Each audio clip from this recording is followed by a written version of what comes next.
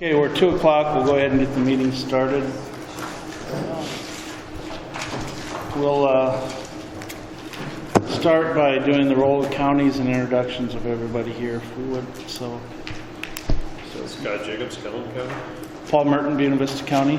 Dennis Bush, Cherokee County. Jeremy Taylor, Woodbury County. Brent Wilhelm, Sac County. Don Metzer, CEO.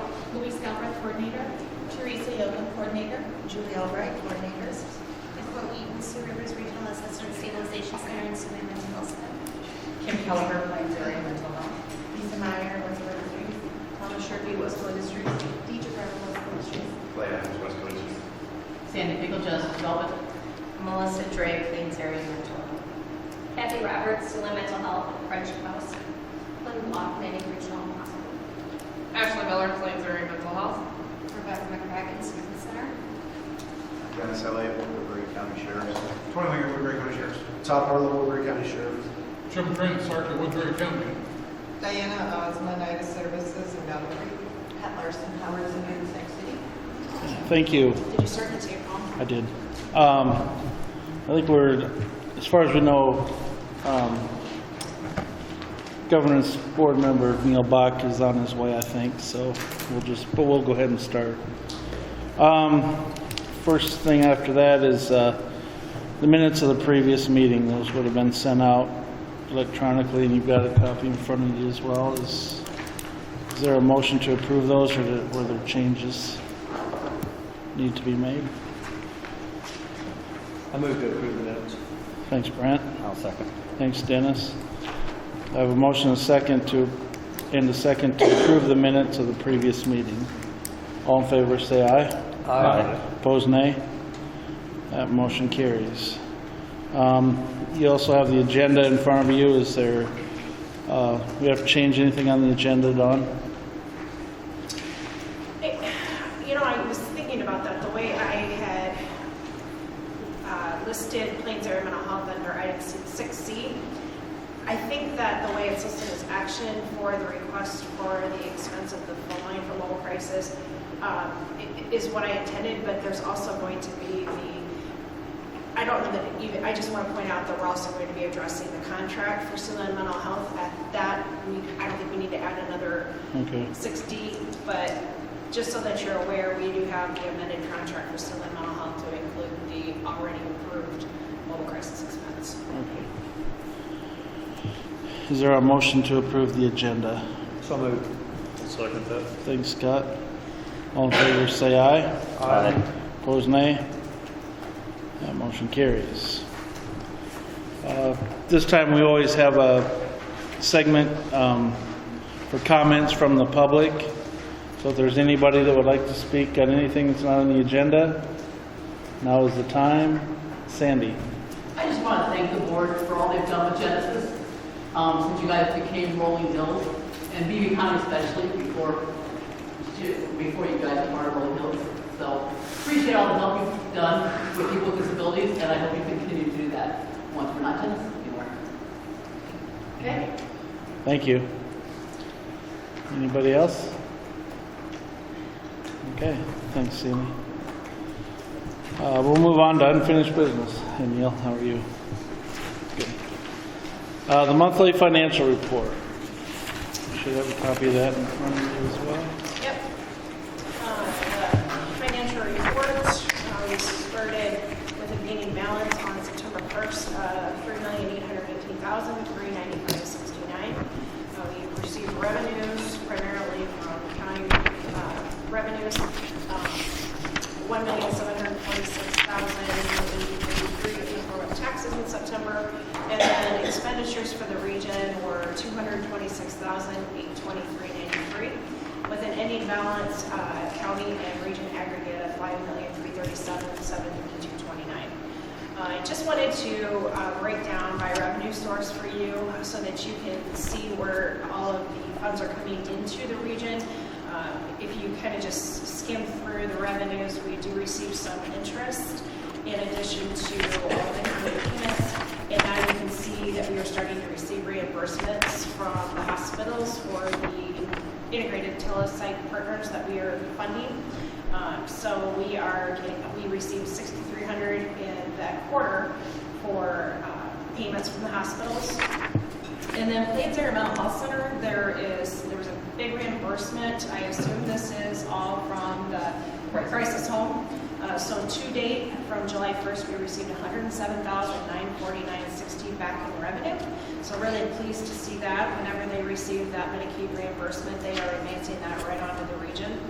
So we're offsetting some of that cost that we are fronting. Total revenue to date, we received $2,240,370, and then expenditures for the quarter were $2,165,881. And then attached to your report, I did print off the September month detailed report for the region. If you're interested in, just it breaks it down by chart of account code and by service, so that you can kind of see percentage-wise how much we have remaining under each line item. Just kind of an informational for you, in addition to the monthly reports that are sent out. Do you have any questions? All counties are up to date with their payments. Ida made both their first and second quarter payment this month.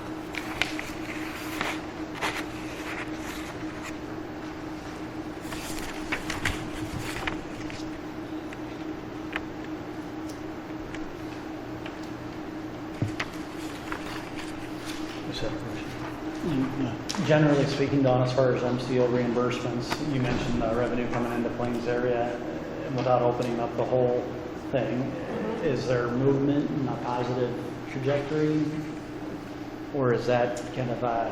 Well, and I'll just speak to the crisis stabilization. Yeah, definitely for that, because I would say, I'm not sure what Sealand Mental Health Center has received, because that is going to be something that I'll have to ask for, because Sioux Rivers is going to be receiving those reimbursements, and then they have to be prorated back to us, if you recall, for our contract.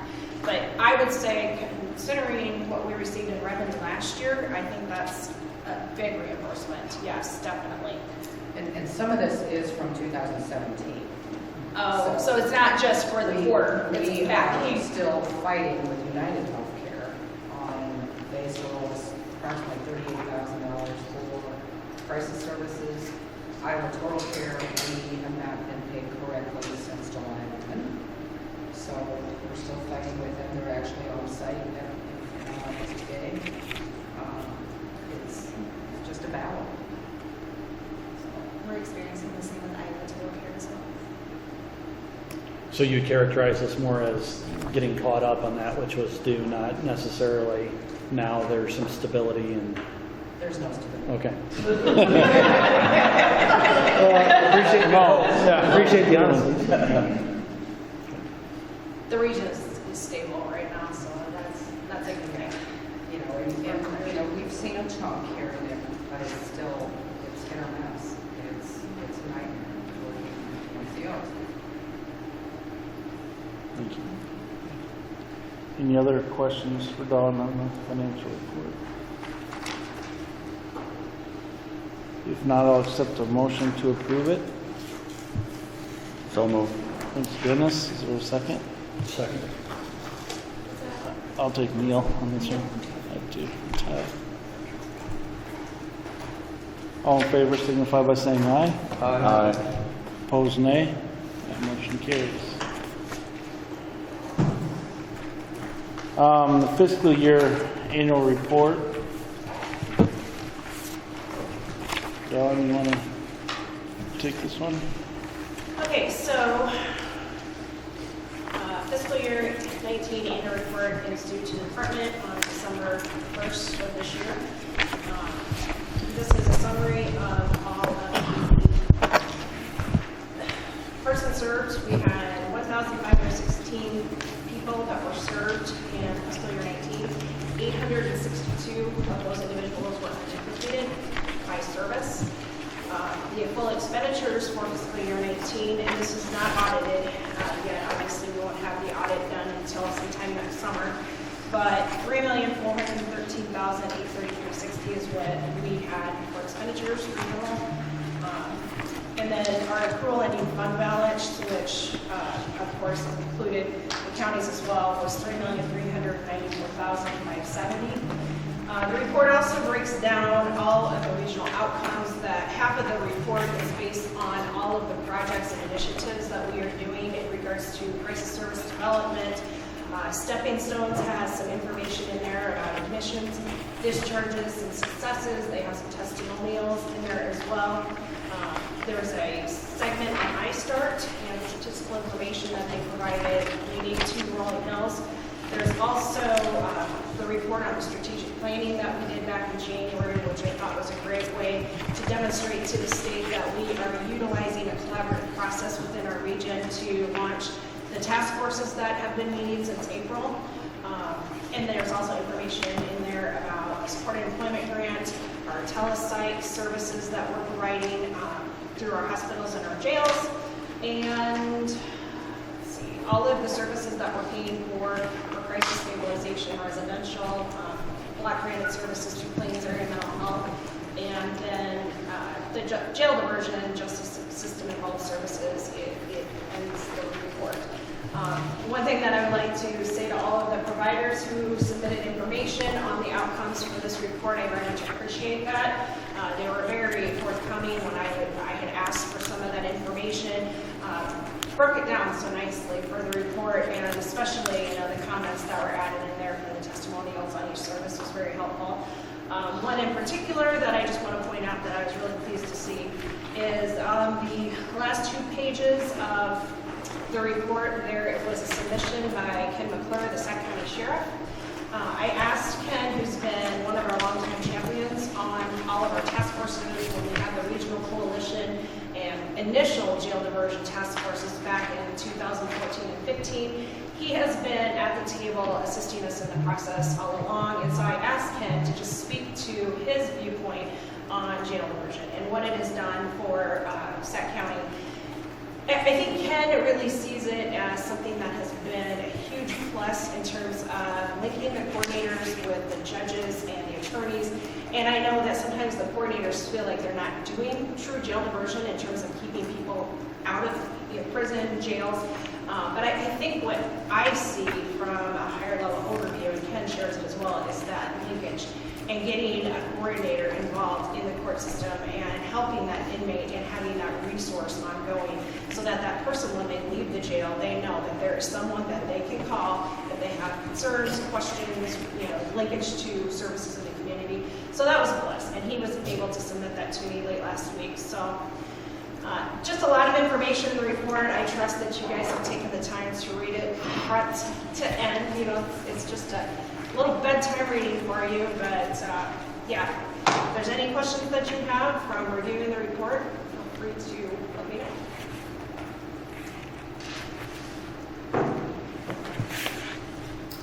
I have one on page 9. What does DG stand for? Diagnosis. Okay. That chart is actually generated out of CSN in the warehouse reports, and so we don't modify that, and that's where it shows DG. I could have probably added a word for you, but diagnosis.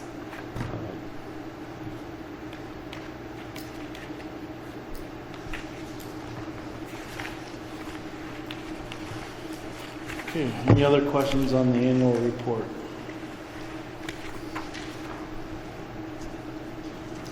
You don't need action on that, anything you do. It needs to be approved. Is there a motion to approve the annual report as presented? I'll move to approve the fiscal year 2019 annual report. Thank you, Brent. Is there a second? I'll second it. Thanks, Dennis. I have a motion and a second to approve the fiscal year 2019 Rolling Hills annual report. Any other questions or comments? Hearing none, I'll call the vote. All in favor signify by saying aye. Aye. Opposed, nay. Motion carries.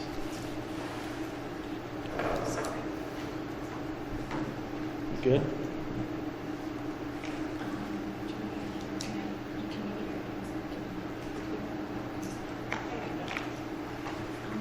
It's in my box this week, so that's why I was going to review this.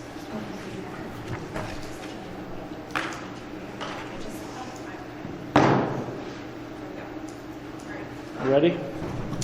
Okay, next up then the Children's behavioral health implementation update. Okay, I was wanting to pull up the minutes I just received from Louise from the last meeting we held. We've had 2 meetings now for the behavioral health system for children, trying to put that implementation plan together, which is due to DHS by April 1st. And the second meeting was very well attended, the same amount, probably 40 plus people in the room, so everybody's very, very interested. It's such a large group that it's almost too big to be able to put this plan in place. So we broke the group down into task forces that are going to start meeting. First meetings are November 6th, starting at 9 in the morning and then go until 4. The first one is Governance Board, Advisory Board composition in 2080. I would like to have at least 1 or 2 board members on that. If we're going to have to revise our 2080 agreement again. And there has to be certain membership that needs to be added to the composition of our Governance Board. Advisory Board, I did find out that the Children's Advisory Board cannot be linked in with the Adult Advisory Board that we already have in place for the region. We have to have a separate Children's Advisory Board. So we need to address that and getting the appropriate membership on the Advisory Board. And this implementation plan needs to designate all of the steps that we're going to take to see this to fruition. Another advisory or work group that we designated was, and then I need to back up because we actually had Governance Board in 2080 as one, but we linked that in with the Advisory Board and then also regional staffing changes because the legislation does require that there is a designated children's coordinator for the region. 1 or more is what the legislation reads. So we need to determine how that's going to work best within our region, be that with current staffing, or if we decide to designate a person to be a coordinator and hire. Core Services Treatment, Lisa Bringo and Sharon Neiman from Sioux Rivers are going to be heading up that work group. As you recall, Sioux Rivers has been attending our task force meetings because they would like to collectively work with us in terms of service development because there's a lot of things that we're going to have to join the fund to be able to do this cost effectively. Another one is Comprehensive Facility and Community-Based Crisis Services. Teresa and Julie will be leading that work group. And then Core Plus Services is Lisa Bringle and Louise Galbraith. And then Lisa Merritt and I are going to be heading up the Governance Board, Advisory Board 2080 and staffing. So I sent out an email a couple weeks ago asking for people to sign up on the work groups. I got quite a few responses. Surprisingly, I didn't get as many individuals that have been coming to the big group meetings that are more early childhood and working with children in the community or in the school system.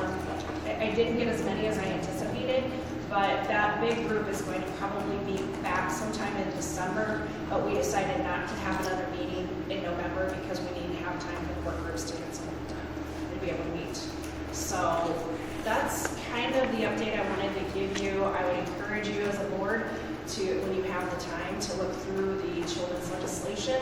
I do have the draft rules, and I think I'm at liberty to send those out now.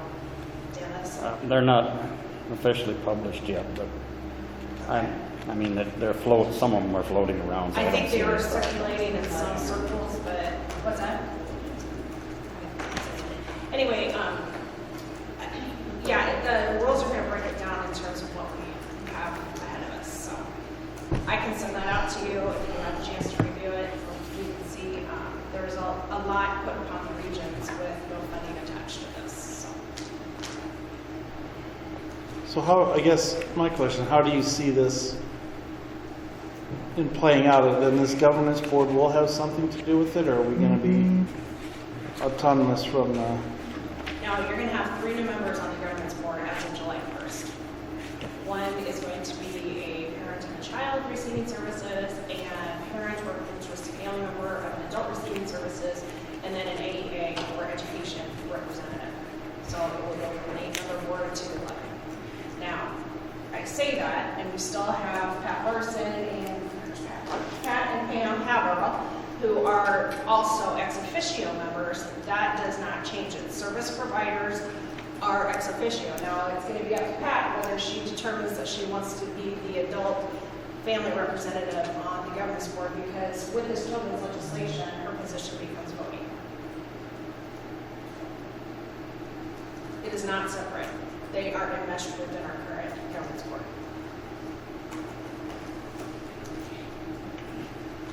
And then, on another tangent of this, are we reaching out to the school districts and things too, or getting any, are we inviting them to any of these meetings, or You know, do they have counselors or anything, or I is would that not say, done through? Like as far as superintendents and principals, not necessarily, but I have enough linkages with the AEAs, the early childhood, pretty far-reaching distribution list that I would assume they would forward it on to whoever they think from their own school districts they would want to have invited to the table.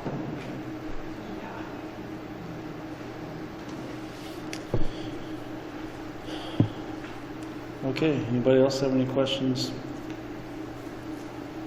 regarding the children's system? More to come. Okay, the next up is the Plains Area Mental Health Center, Siouxland Mental Health Center assessment team and all that. Who wants to start? Plains? Sure. Okay. Well, and I can let Melissa and Nikki get into the details, but we are ready to go, and actually we are doing a soft open. Plains Area is doing a soft open in Sac County. Hey Kim, would you mind standing? It's really hard to Okay. hear, and you have such a soft-spoken voice that Sorry. they can't hear you in the back. Plains Area, we are doing a soft open right now with Sac County and Sheriff McClure. We have had no calls yet. And Sac City. Yes, so we're really hoping for 3 or 4 calls just to get things going, and you've had some good training, but we haven't had any yet. Sounds like Nikki is ready to roll November 1st.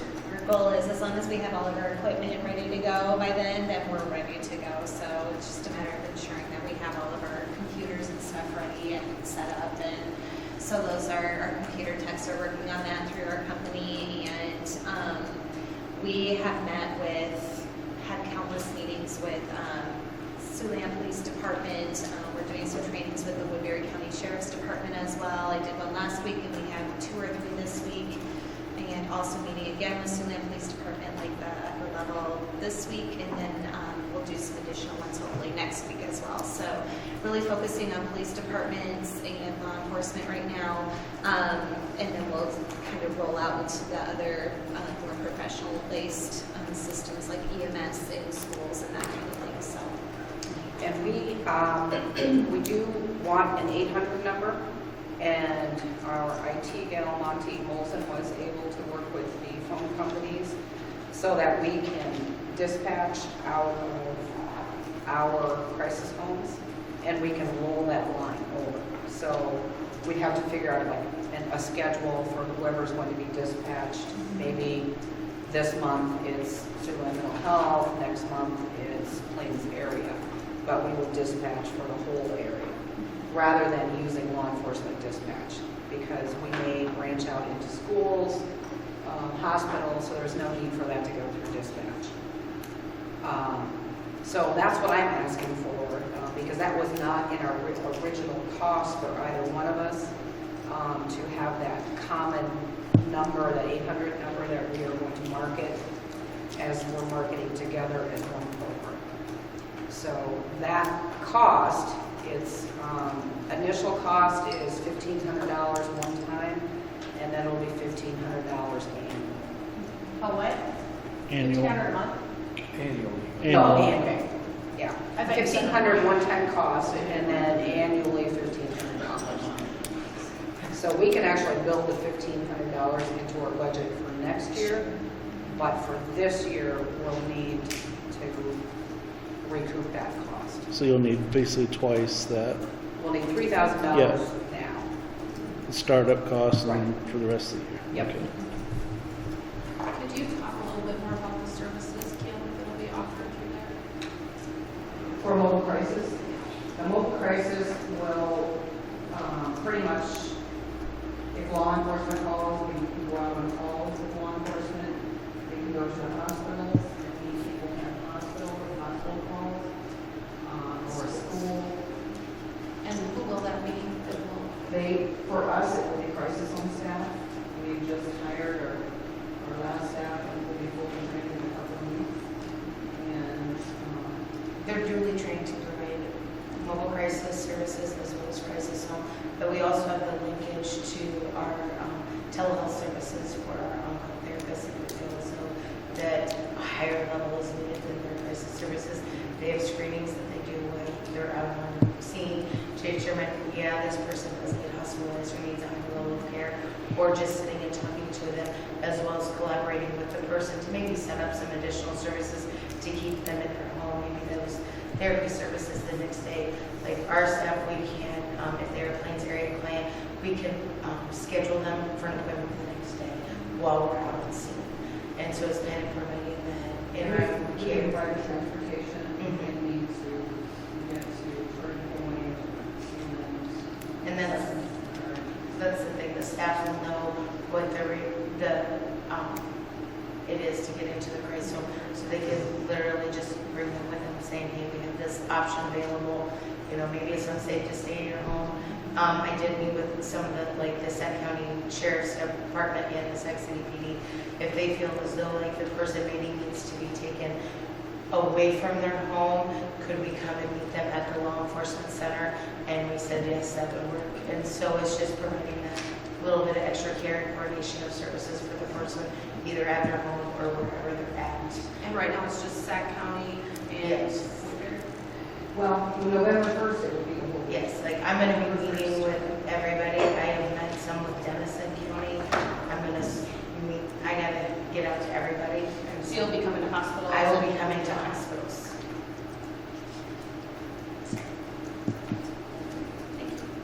Kim, so like on this 800 number, then if I call in, it goes to you on the 800 number, then you dispatch out through like text messages and emails?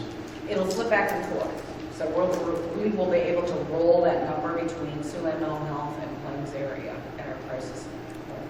So it may be, it goes to Siouxland, but we have the map that Nikki did, so it's dispatched accordingly.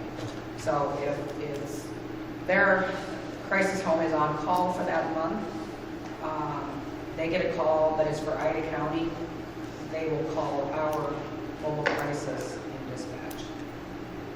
Have you checked it? Are there any other services that are provided out there? I know like in fire departments and stuff, it's like I am responding or who is responding. And there's two different ones. Is there anything out there like that? So I know when I get a text from that, it gives me an email address and everything else where I can go to. I can look up on my phone, it says who's coming. And I mean, it's really detailed. I can see how far away people are. Is there anything that you guys found out there like that? That sounds more like firefighters and. But if somebody's having a crisis on somewhere, will that also give them the email where they can go right away on their phone when it pops up and says you need to respond? Or We will be responding only to law enforcement calls, so if law enforcement calls us to come out, or we will go to a hospital if they're in the ER or a school. Right now, we're not going to go if individuals call us because we need to make sure the location is secure. so if law enforcement calls you guys, you think you still need an 800 number then to do that with? And If it's going on in text? We won't be doing ours that way, just so you're good. So all of our law enforcement and EMS systems will use our Woodbury County communication system. And that's how ours is. Yeah. Like the dispatchers in our SAC community centers, and I talked to Crawford County already. Basically, the law enforcement officer says, I need a mobile crisis unit. That dispatcher then has our mobile crisis unit on speed dial, and then they do that. It's just so the law enforcement officer doesn't have to make multiple calls as they're talking to somebody. We don't feel that's beneficial to them. And so that's how, but now schools and hospitals will call our mobile crisis call because we don't want to inundate the dispatchers with those calls necessarily. But on the law enforcement end, that's how it's going to roll out. So how are you handling Cherokee County where we're overlapped by both? Sac County, our mobile crisis home in Sac City can basically take care of the east half of Cherokee County, and Woodbury County's got to basically take care of the west half. And that's what we did. Nikki did a very thought out. She went through all the towns in each single county. In Cherokee, there are some where it is closer for them to respond. So both crisis homes or both mobile crisis centers have who is the quickest response time. And that's who will go to that per se town. So then our sheriff has to have basically the 800 number, and then you discern. Yes, and that's From why there. we're doing one number, so they don't have to say, okay, where am I at? I'm in this county, but which mobile crisis do I use? It's one number to call. So there are times where you're accompanying law enforcement, but there's times where you're meeting at other places, is that right? In a sense, yes. So basically, when we get dispatched, we will go to wherever location they are, whether it's the school system calling us, EMS calling us, the hospitals calling us, or law enforcement. So wherever that location is, we will meet them on site, wherever that may be. So just depending, I mean, it could be Casey's General Store, you know. So it truly, I mean, it just depends on where the crisis is at the moment, where they need us to go. We just have to be able to respond within 60 minutes of the call. And so that's where we had to map it all out to ensure that we could respond within that time frame. But you're not waiting to coordinate and drive along. You could both be doing No, it. yeah, yeah, they can be there, we'll meet them there, Sure. yeah. Thank you.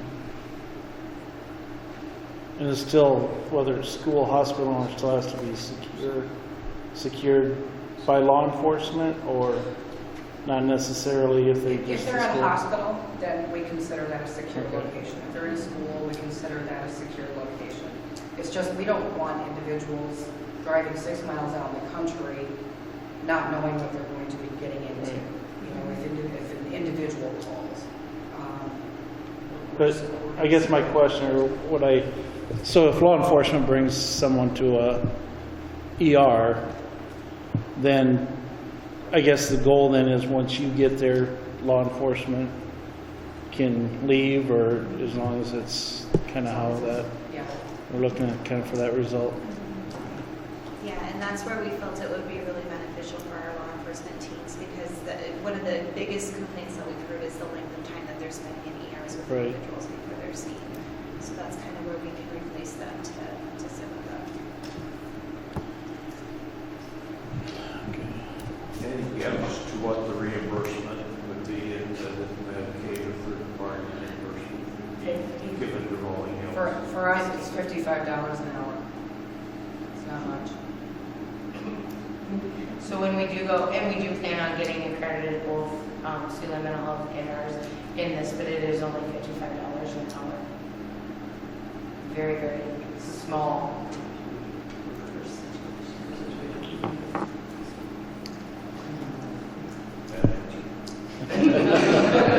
Shouldn't have asked the question. Well, and I understand you want to, it hasn't been tested yet, and I guess it's good and bad. I mean, good that it hasn't had to, but you want to see how it rolls out, so you need to. We're only hoping for a few calls, but. Okay. And now that you said something, Campaign is going on calls tonight, it'll probably happen. Okay. I want to kind of make one comment, because I've sat in on some of the meetings and from being on a commission also, but the goal is in mobile crisis that when the teams meet, wherever they go, that's also a way to divert some of those that are being sent to, you know, the hospitals where it costs the region significantly more. If we can divert them into our own crisis homes, that's where the savings will show up. Good point. So is this the time then, I guess, we approve the $3,000 for the rollout of the 1-800 or the 800 number or 888, whatever? I think before we get into a motion, I just want to point out, as I mentioned earlier, that there is the service for mobile crisis. It had already been included in Plains Area's contract because we were able to approve that proposal prior to the start of the fiscal year when we were doing contracts. On the other hand, Sioux Mental Health Center, we had their proposal, but it did not get put into their contract because we worked on that in April, and then the proposal was taken to the May Governance Board meeting. So I am just proposing that we amend our current contract with Sioux Mental Health to add the mobile crisis response service. Sheila Martin and Joe Peterson and I had phone conversations and emails back and forth to make sure we were all clear on what the expectation was of the region and the provider. At first, I thought we were going to have to defer this for a later meeting, but I think towards the end of the morning, we're all on the same page. So essentially, the annual cost that you have in your packet, and this is going to be modified, so what you're seeing, you need to write this figure down. Okay, so you have the proposed cost of $199,351. When I added this to the amendment, that was the total cost minus the anticipated revenues from the MCOs of $28,000 was their estimate. So I pulled that out, and then they are asking that that be added back in so that any reimbursements can be forthcoming to the region, just like we do with Plains Areas contract. So they're not going to be anticipating a marginal loss on providing the service. I'm completely comfortable with that because I did add in to the quarterly payment. And the other thing that I want to back up a little bit, so one of the things we needed to make clear is even though the annual cost says $227,351, that's what the service takes for a year's worth. Well, they're going to be starting that contract or the service as of October 1st because you're hiring staff and getting staff trained. So Sheila's interpretation of that would be a breakdown on a prorated basis of 3 payments at $75,000 apiece. And I made it clear that we cannot do that. It has to be 3 payments based on 3 quarters of providing the service. And then as we all talked, it became clear to everybody that that's what it should be. So the quarterly payment amount listed is $56,837.75. So it's up about $5,000, $6,000 from the original figure that you had. And I added to be prorated based on implementation date of the program. Payments to commence second quarter of fiscal year, October through December of 2019. So that will be the first quarter payment, and then it states all Medicaid or third-party reimbursements will be reimbursed to the Rolling Hills fiscal agent upon receipt. So essentially, we're going to be fronting the whole cost, just like we are for Plains Area Mental Health, and then the expectation is that any Medicaid reimbursement will be advanced to the region, like we're doing with our crisis stabilization.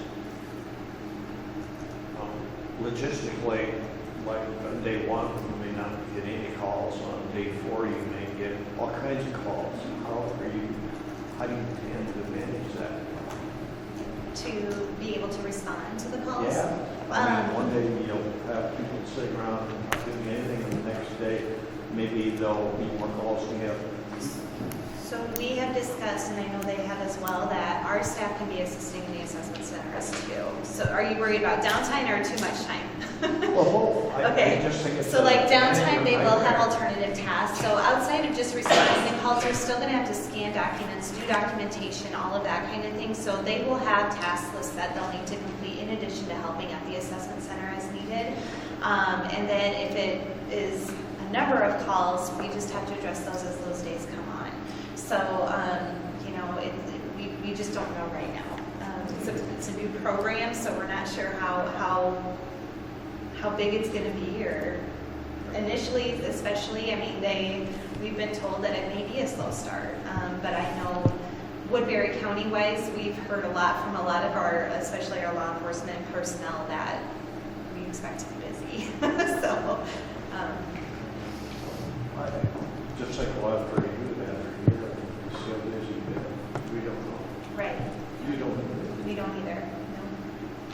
It's hard to anticipate. Okay, I'm going back to you, Dawn, on the numbers you gave us. So then the new quarterly payment from that $49,837, you can go to $56,837. $56,837.75. Yes, times 3, it comes up to $170,000 $170,513.25. Okay. So that's because we're only doing the 3/4. Correct. And And then, the reason I wanted that clarified in the quarterly segment there is because it shows the total annual cost, and I didn't want the region to be responsible for that total amount. So Joel and Sheila were totally in agreement with me that it should just be the 3 payments. If it was going to be a breakdown of 4, it would be 4 times 6 versus 3. I just didn't want to convey in the annual contract that it looks like we're going to pay for the full amount. so then this would also have, if we approve this, basically it's an update to the contract, and we approve this, then that's also going to include the, No. That'll be above and beyond. That's where, I was Okay. kind of debating about whether we had Okay. to separate this out, but I felt that it linked in enough with the discussion on mobile crisis. This phone line is a cost over and above. Okay. It is not included in this original proposal. Either. Neither of them included that. That just came to light within the past month when they started looking at the best way to handle it through one joint Okay. number. that's just what I want clarification on, so. So we basically are gonna have 2 different motions, one for approval of this amended contract for Siouxland Mental Health, and the other will be the, set up the $3,000 for the mobile crisis program for the 800 number. Is there any other questions or comments for Dawn or anybody else? If not, let's handle the Siouxland Mental Health Center amendment first. Is there a motion to approve that? So move. Thanks, Dennis. Is there a second? Second. Thanks, Brett. Any questions on that one? Hearing none, all in favor signify by saying aye. Aye. Opposed, nay. The motion carries. Now do we have a motion to appropriate $3,000? That'll just be kind of a joint, right? It's not going to one or the It'll other. run through Plains area. Okay, to set up the Yeah. 800 And then we can number. figure out that for the next year, maybe split out the cost. Okay. I'll move to allocate the money. I guess it's $1,500 for the first Start year, up. plus $15 set up, so we $3,000 first year, $1,500. And it'll be 1,500 from then on that can be budgeted in. What did you say, $1,500 a month? No. But you're That's why I was asking. Is it something else that you can afford? Yeah. It is very reasonable in comparison to some other phones. Foundation 2 is going to be $50-some thousand for the 8 counties because they go based on population. Woodbury County costs more than 7 to 7 counties, so it was a little cheaper, or more economical, I should say. Okay, I'll Use second of that. our resources. Okay, I have a motion from Neil and a second from Scott to appropriate $1,500 for startup costs, $1,500 for the annual fee for the 800 number line. Any other questions or comments? Hearing none, I'll call that vote. All in favor signify by saying aye. Aye. Opposed, nay. That motion carries. Okay, on to new business. Excuse me. Oh, yes. No. Who's driving the silver Tundra? The lights are on.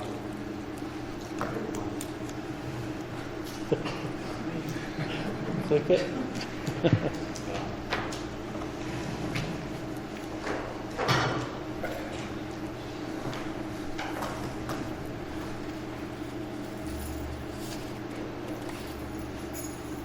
You get the work done.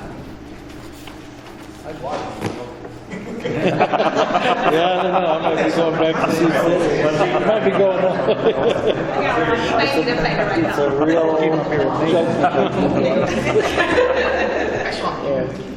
Okay.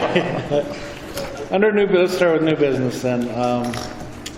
Genesis Development discontinuation of service. Well, it is with deep regret that I am informing you that Genesis Development has been merged with, well, they've been taken over essentially by Imagine the Possibility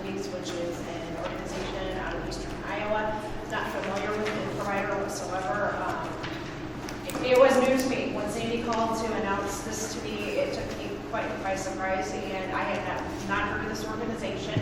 Took me by surprise too, okay? Yeah, I think Tammy was very surprised, and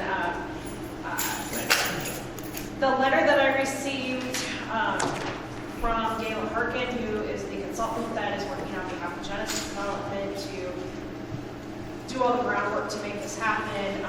She sent this letter that's included in your packets in regards to accepting the host county contracts. I had this down as action because I thought I would have a contract for Imagine the Possibilities, because there are some services that we pay for that the Eastern region, which is the host region, does not.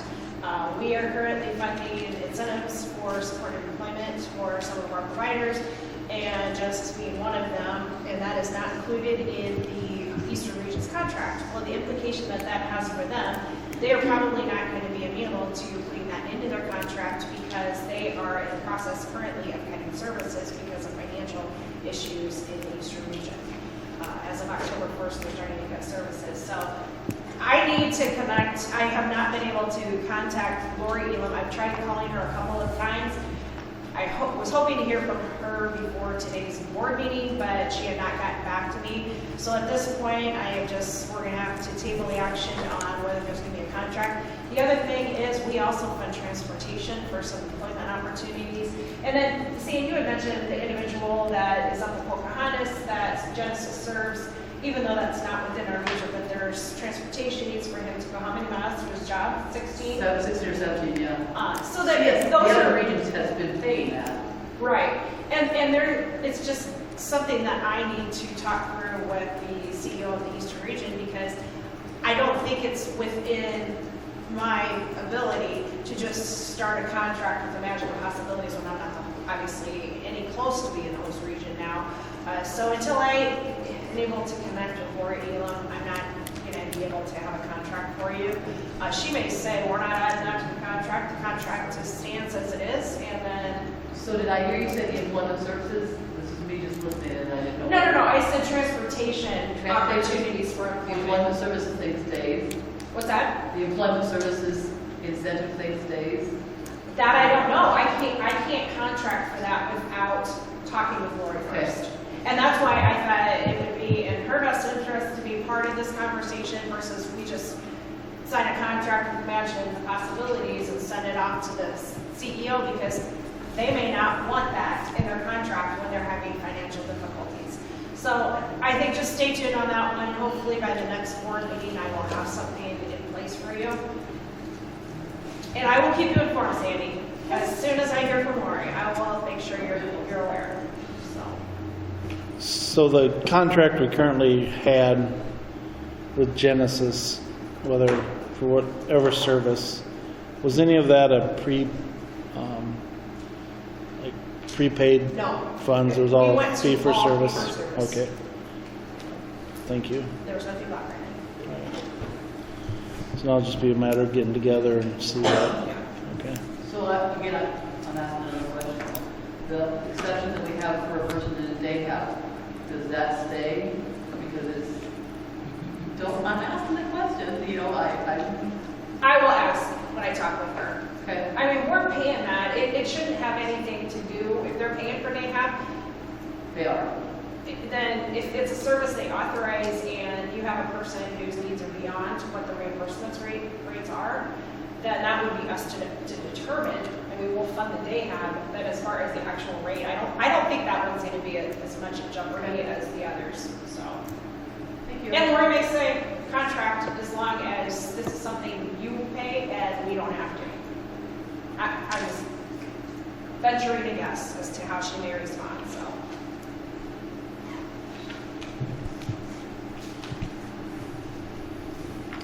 Okay. Any other questions or comments on that? We won't have any action then on a contract with them for now, so.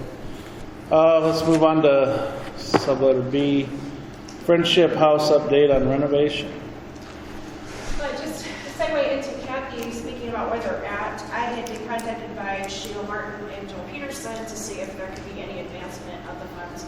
As you recall, we did at budget time approve an additional $100,000 for renovation of Friendship House, sorely needed repairs and renovations. So that was already approved. They were asking if we could advance some of the funds, but I went back to the contract or the actual minutes, and it was clear. And I think, Neil, you made the motion that it had to be after the work was completed with submission of invoices up to $100,000. So I didn't feel at liberty to just release the funds because that's not the way the motion read. But they are asking because they would like to move forward with contractors and getting some of the items purchased to be able to get this stuff done. And so they're going to need cash flow funds. So with that, I'm going to turn it over to Kathy. She's going to talk about Friendship House and where you guys are at and what you're looking for in terms of advancement. So what we're looking for in terms of the advancement would be $50,000, so half of the funds. Where we're at right now, there's been so many changes, but staying within the scope of what we had planned to do. For example, the entryway, instead of adding on to the outside of our building, which is going to require frost footings and digging down, which could disrupt our foundation, which we don't want to do. They're going to change it on the inside so that we're achieving what we need to with the accessibility, but not disturbing the outside ground. Right now, we have our basement dry and not having any flooding, so that's pretty amazing because it's been years that it has been flooding. So as far as not doing that piece, I think I'm okay with that. It would be nice to have it a little bit bigger, but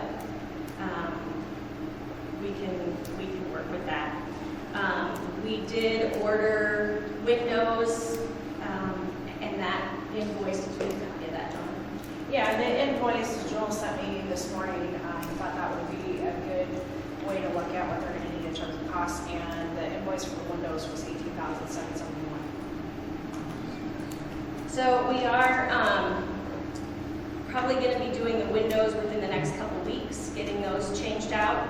And then they're waiting for everything else to come in as far as like the kitchen cabinets and the flooring, so that when they're ready to start, they have everything and they can move forward with it. So it's the least disruptive for our Friendship House members as possible. So I was kind of hoping that we would be already moving forward with things, but I think that their outdoor work is kind of taking precedence over our Friendship House indoor work that can be done when the weather isn't as great. Joel did share with me that they would be committed to still following through with reconciliation by providing receipts. It's just that they do not have the means to cash flow the items that they need to be able to continue to work with their contractors. So we would still reconcile it at the end of the year. So if I'm understanding this correctly, some of the contract work to kind of comport with what Neil had originally stated, those are things that can be invoiced later, but you're looking for some of the materials and cabinetry and things like that you're going to purchase maybe independently of those contractors to be able to cash flow those purchases and then invoice at a later time, the board, as far as the contracted services. Is that I'm not 100% sure on that. Okay. I want to say yes, that sounds right to me. Okay. But I can answer that if I go back into the original. I just wanted to make sure, if the original thing was get invoices from the contractors once work is complete and then be paid, that if there's a reason to do it differently, maybe that's the reason is there's a supply that's being purchased yes, of materials that That's are the out. way I understood it. Okay. Yeah, I guess my thought would be if, like the window project, probably have to go out and purchase the windows. Right. So you'd have to have that Yeah. money and then, as long as it's invoiced afterwards. I don't know, I'll leave that up to you guys if you want to. The email that I received from Sheila was on October 8th. are requesting $50,000 and $100,000 for Friendship House renovations. Joe will submit a total project recap with all supporting documents at the end of the remodel. And the invoice that was sent for the windows was from the contractor.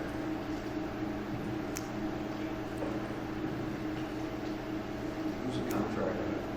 Hang on just a second.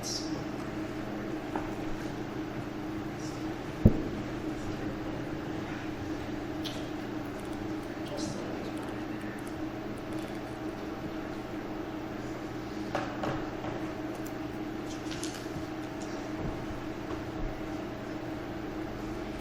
Big Sue Windows and Doors. And it's Mike Weeds out of Mercer City, South Dakota. And it was a Mercer City contractor called the original proposal. And it's got the quantity of the windows. It's all broken down in terms of the items that are being purchased and how they're going to be installed.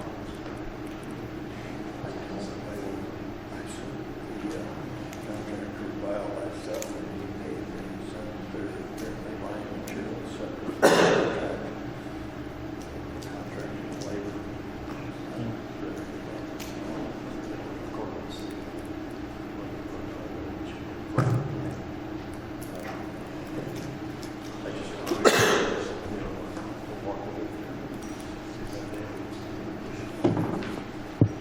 Okay, we have the request then to advance half of that funding.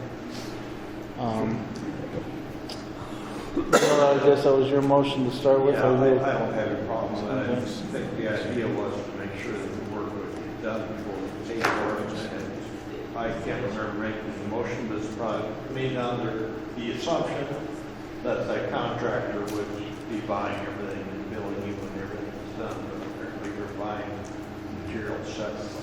We are buying some materials separately. I don't have a problem. Anybody else have any reservations or? Is there a different perspective on that? Otherwise, I'll make a motion to forward them half of the money. My concern is always if we allocate the money and give it to them, then it's out of our hands. You got our money, and I don't know the Big Sue window guy or whatever. I mean, they might be the best people in the whole wide world, but there's always a concern that you get the windows, you pay for that. They're sitting over in the corner of your building, and then you give them another 10 grand or 15 because we've already gave you the money, and then they never come put the windows in. That's a concern that I have. I've seen that, heard that. I mean, I have concerns that way. I'm a contractor. If I was going to put windows in, sometimes I'll sit back and say if it's a big job, you know, I need half the money up front or whatever, just so I can get the materials bought so they're not sitting on my credit card for 2 months or whatever. But that's also how schemes and scams work, you know. So I guess I would sit back and say, okay with the 50,000 right now, but then I want to see invoices to 50,000 before we give you any more, Right. just to make sure we're not getting, you know, too far out there. Things can happen. So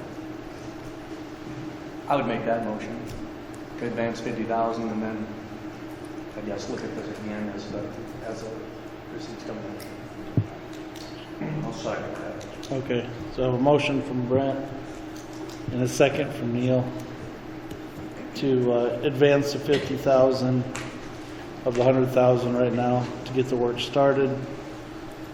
Brent, do you want in the motion your comment about not forwarding, do you want to just advance the 50,000 in your motion, or do you want, when you said about not advancing any more up to that after the invoices come I guess in? How did you want that to be? I guess I would say I'm okay with the 50,000 right now, but don't come back and ask for the other 50 without seeing some receipts here. So the motion is just to advance the 50,000? Yes. Perfect. And then basically you go back to Neil's original motion from a few months ago to then, for that other 50,000, we'd need to see the work, and this will just be the front to cash flow it. Oh, okay. That's the way I'm understanding it, everybody else? Do you want me to read, I did pull up what the original motion was. Do you want to hear the motion so that it, or you guys, as long as, it's basically about, it's going to be paid upon submission of invoices. So I think it kind of falls in line with what you're suggesting, right? So that we don't do that until we receive the invoices that total up. Second motion trumps the first motion. Yeah. Okay. Okay. So we have a motion and a second. Any other questions or comments? Hearing none, I'll call the vote. All in favor signify by saying aye. Aye. Opposed, nay. Motion carries. Okay, then we have, next up, we have a Woodbury County Jail Social Diversion Service request. Donnie, you starting, or Tony? Hi, Tony. My name's Tony Mayer, I'm Chief Deputy for Woodbury County Sheriff's Office. I'm here today to talk to you, ask you for some money, but I'll explain why first. We came to you guys in July. Prior to that, we had a jail alternative coordinator through our old Rivers, and it did not meet what we were thinking would happen. And no fault to anybody's other than this person did not know Woodbury County, did not know the judges, did not know the public defender, did not know the court system. We're a large county. There's 10 judges that we deal with on a daily basis, and we need the relationship. And so as a result, I knew our jail services coordinator wasn't getting the job done what we needed. So Sergeant Alith is a day shift sergeant. He's been in our county for 26 years, somewhere in there. Day shift sergeant. And he deals daily with the public defenders, the county attorneys, the court services, and the hospitals. And he was doing that job, print the jail alternative for me. The problem is, while he's doing that, I'm taking away from his duties as the day shift sergeant inside the jail. So my services with my inmates I'm not getting the oversight there. So in talking with Dawn and in working with Teresa and Julie as the two case coordinators, they're developing a relationship where Dennis is going to be the clearinghouse. He's got the relationships on the judicial side of the house, and now he's getting the relationships with the mental health side of the house or the job side of the house or whatever I need for him to keep my population down. He is the jack of all trades. What I'm asking for is there's an individual I want to promote to sergeant to backfill for Dennis to make this a full-time job where he works Monday through Friday. Right now he works 12-hour shifts and he's here only a couple days a week, some weeks, and then longer another week. So I don't get to see him every day. And my case coordinators don't get to hear from him every day. I want him here Monday through Friday working, but I'm asking for the money to split the difference, promote my senior correctional officer up to sergeant. That money comes to $11,600, and I'm asking for $6,000 from Rolling Hills, and the rest I'm going to go to my board of supervisors and ask them to make that up. I went in front of my board a few weeks ago and informed them what I wanted to do, and they said to come to you and get your approval first before they took any actions. So that's why I'm here. If you got questions, I'll answer what I can. One thing that I can add to what Tony has presented, we've had quite a few meetings since February, I believe it's been, and discussed the jail diversion services that we provide within Rolling Hills. And when I described what our coordinators were doing, Tony was Mr. Atkins, and that's exactly what we want. And Dennis has the relationships established already with the attorneys, the judges, the hospitals. He's really doing some social work stuff within the jail, which I think is going to be really key to working with some of these individuals. Dennis just described, when we had our meeting prior to this governor's board meeting today, there are situations where he's going to be able to advocate for an inmate to maybe have a lesser sentence, or as long as he's working with the coordinators and they are the ones following up to making sure the person is compliant with their medications or they're going to outpatient services. And that's a linkage from the other side that was not there before, and so that's what we are linking in Teresa and Julie to do, and then also working with Project Compass, which Haley and her intern were here earlier, but they had to go back. And so Project Compass is it's a program where if someone is sentenced, they're working with the inmate to make sure that they comply with the conditions of their probation, and making sure that they're following up with the mental health treatment that they need. They go to all of their mental health hearings. But I think it's because all of the programs can work in tandem. That's where I see this as being really beneficial. And one of the things that the coordinators have already found within our 7 counties is that to develop those relationships with the judges and the attorneys and the magistrates, it takes a lot of time. And if he's already got that established connection, he's going to have more authority in those recommendations, but yet he's going to have Teresa and Julie to be able to work with in terms of coordinating the services for the person upon the release, so that they are not just set out the door and good luck and they end up back. So I really think it's got a lot of merit. I'm definitely willing to give this a try, and hopefully we can get some outcomes, in place. They do have, obviously we're not funding a position for an actual position like this in all of our jails, but Woodbury County's jail population is like 260. We can house 234 inmates, and we're averaging about 220 a day. On weekends, we're well into the 240s. That's why it's so pressing to us. It's obviously higher in scale than what we have out in our smaller counties, and so I definitely think that this is something that could really be beneficial for Woodbury County. I really do. Well, it sounds like, we've already had, basically out of Sac County, a testimonial sort of to the same, outcomes of this. And the court or the jail diversion person we had was no longer retained by this region once Woodbury came in. So, that was a decision that was made by this board. So I don't know if there's any of that funding. There is, and I did break it down based on what we had total for salaries budgeted for the year with benefits. And after everything that's been approved to date, there was still about $35,000 in ability to fund this. So $6,000 is definitely a request that we could support. So $6,000 goes toward the salary for sergeant moving into the jail services coordinator position.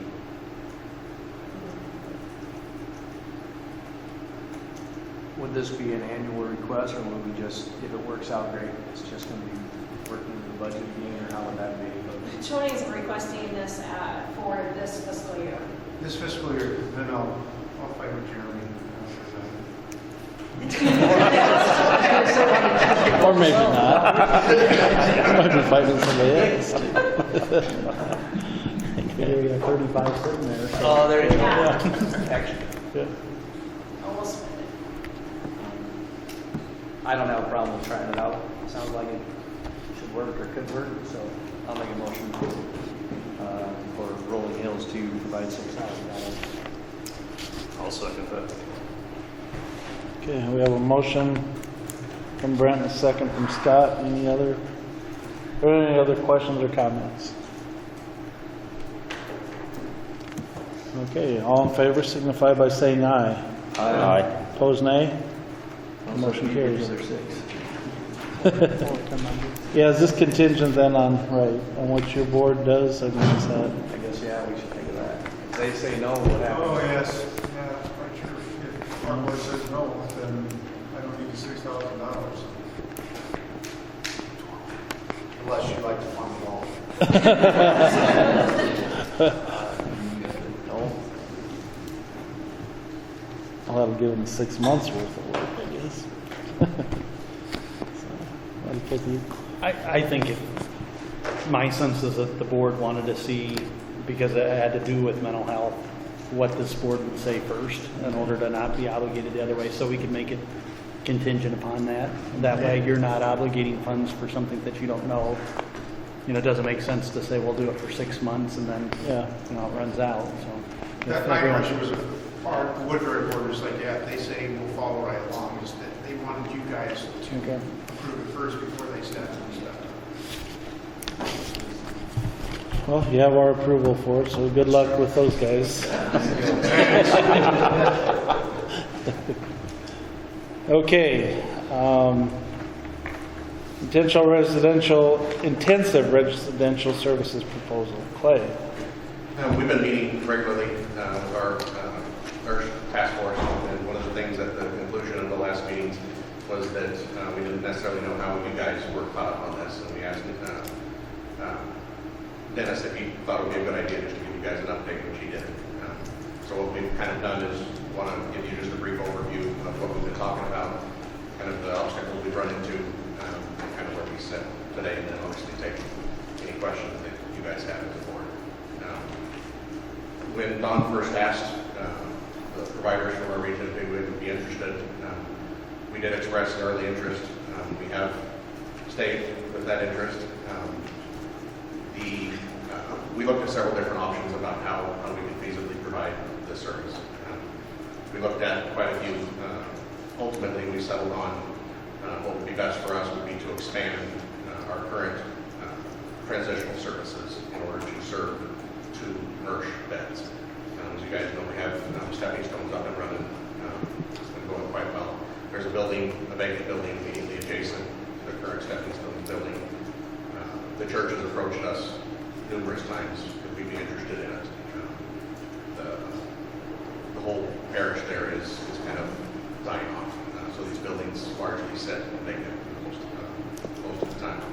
So what we did was we came up with a proposal that we thought we could expand our current transitional living services and then add 2 beds to that. So it's been a long process of getting information from various sources, which has not been easy. A lot of the rules are kind of fluid still with this service. But ultimately we settled on having 3 transitional living beds and then 2 MRSH beds contained inside of that second building.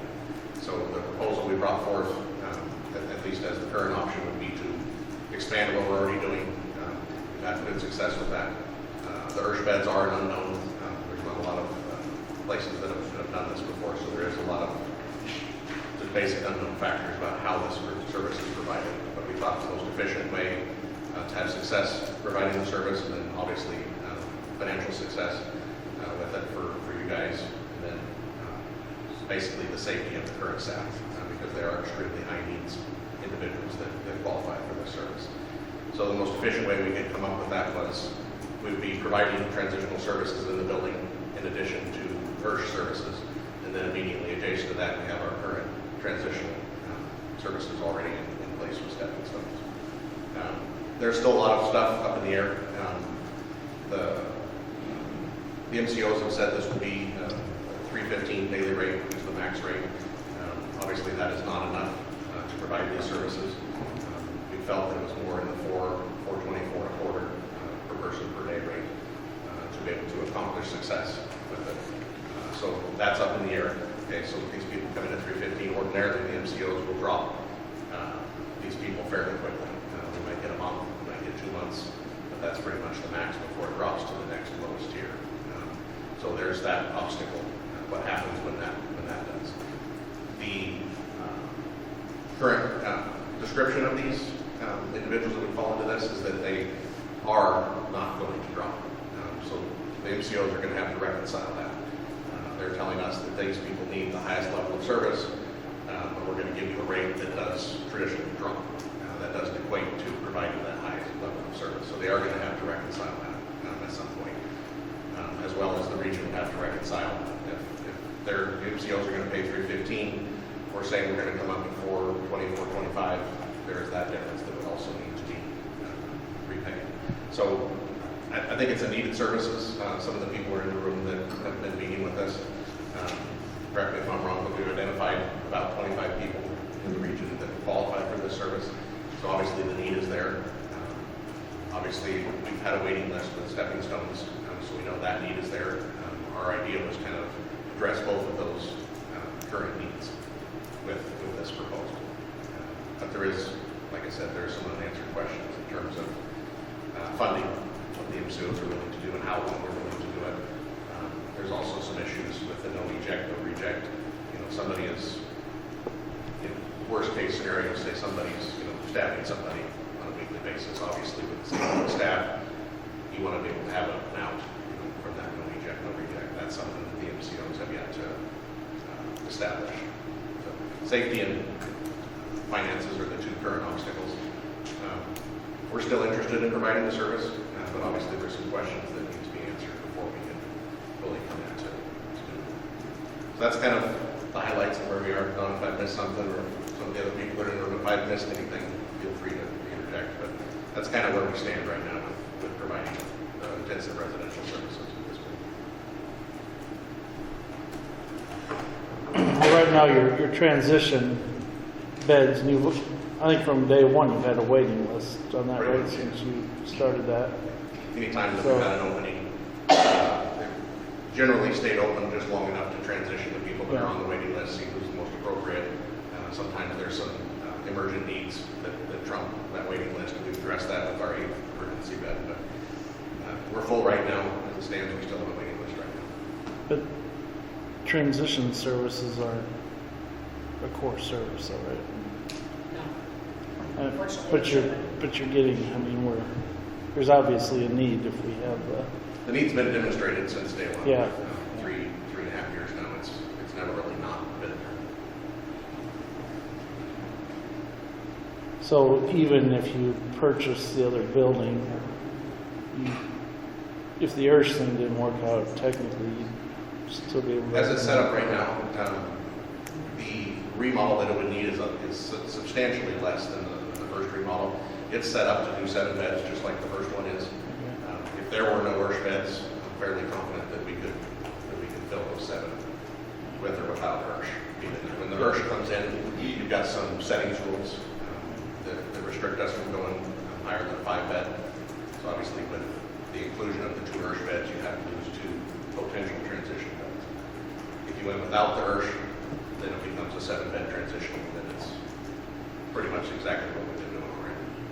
One thing I would add, Clay, that I don't think you mentioned, and if you did, I apologize, but we just found out about a month ago that the Heart of Iowa region is downsizing their transition home from, I believe, 9 beds down to 5, 7 or 5, and they got an authorization to be able to draw down rehabilitation funding for those transition beds, and that was quite a shock to me. So we are in the process of looking into that. If we could access rehabilitation services within the current transition home, and if we have to reduce down to 5, then we would actually gain a bed by utilizing the adjacent facility, because we could do 2 IRS beds and then 3 transition. So we're actually bringing up a bed.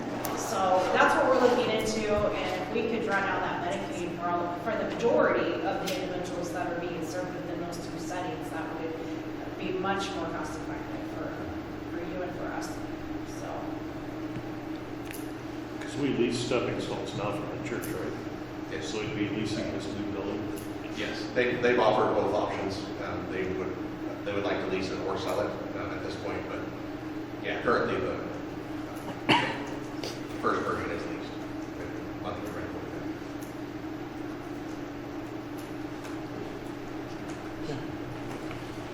You have a lot of questions yourself that get answered. Do you have any timeline when you'll be ready, or? A lot of it falls to those 2 main questions. I mean, there's some smaller ancillary ones that need to be answered, but not. I got the answers just this morning, Clay. I got an official letter, yes, from the DHS Division Administrator in Mike Randall, the medical director. It took about 6 weeks to get the response. I haven't even had a chance to read it, but I will forward it out tomorrow. Okay. Thank you. Thank you. Anybody else have any other questions for Clay? Thank you. Thank you. Next up, legislative forum discussion. Just wanted to put this out there. I know in years past we have had a legislative forum pretty consistently every summer prior to the session to see if there is interest in doing that this year. Jamie Cashman had attended the last CEO meeting that I was at in Des Moines, and he is willing to come on to any region to talk about funding for the legislative session.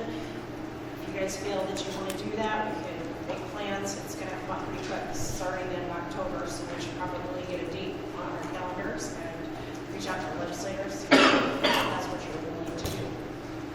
Well, I think we need to have some major discussions on this children's piece of it.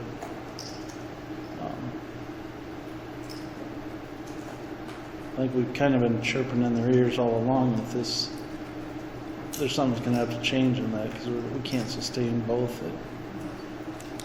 I don't know, Dennis, if you've got any insight into that. Well, I don't have any insight, but what I hear at commission meetings from DHS even is that they're looking at the majority of the region still sitting on a fairly healthy cash reserve, and that the majority of regions are not at their cap.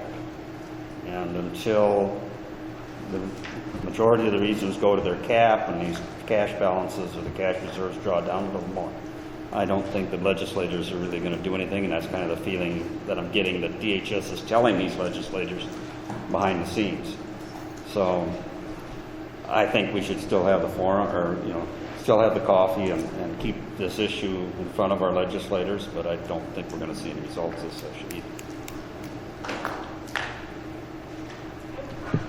So what are you thinking, Dawn, in December or? Yeah, that always works out pretty good, like the first or second week of December. It's in between holidays and far enough. We kind of need to hit those guys when we get their availability. It seemed like we were a little more flexible than the legislators were. Yeah. So, were we here? Scott, does your district cross over into Webster as well?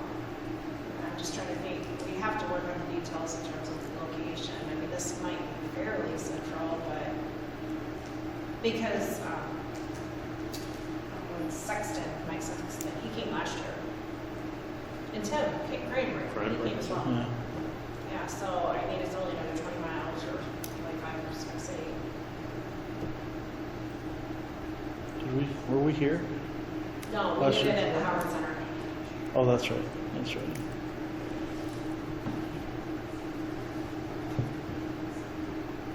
Well, is that kind of the guidance we'll give you, look towards the first couple weeks in December? Yeah, and then once I hear back from the legislators, I mean, the staff and I, we can work out the details in terms of location and what's going to be served. And then I'll have Jamie probably talk about funding needs because there is a legislative priority for ISAC in terms of funding for mental health disability services.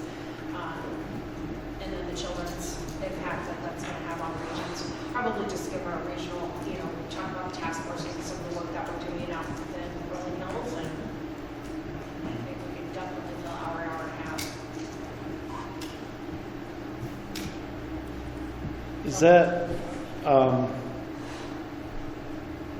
Is that something maybe we want to go with another, with Sioux River? I mean, if you're talking some of the same legislators, would that, would they They may very well be interested. I have not talked to Shane about that if they're planning to have their own. I know that regions are starting to prepare for some of these forums in advance of the session, so I can certainly check for Shane. and maybe not just Northwest, but, if we have other bordering legislators, maybe that's. Sure.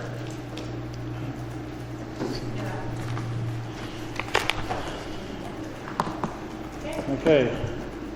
Right now, we've got the next meeting in our regular calendar would fall on the 27th of November, which is the day before Thanksgiving. I think we run into this every year, that we decide to postpone it to the day of our legislative forum because otherwise we're coming together twice. In a couple weeks after Yeah. that, so. Kind of the way it seems to be working, doing that. Is that okay with everybody? So we'll just set the next meeting with in conjunction with the legislative forum.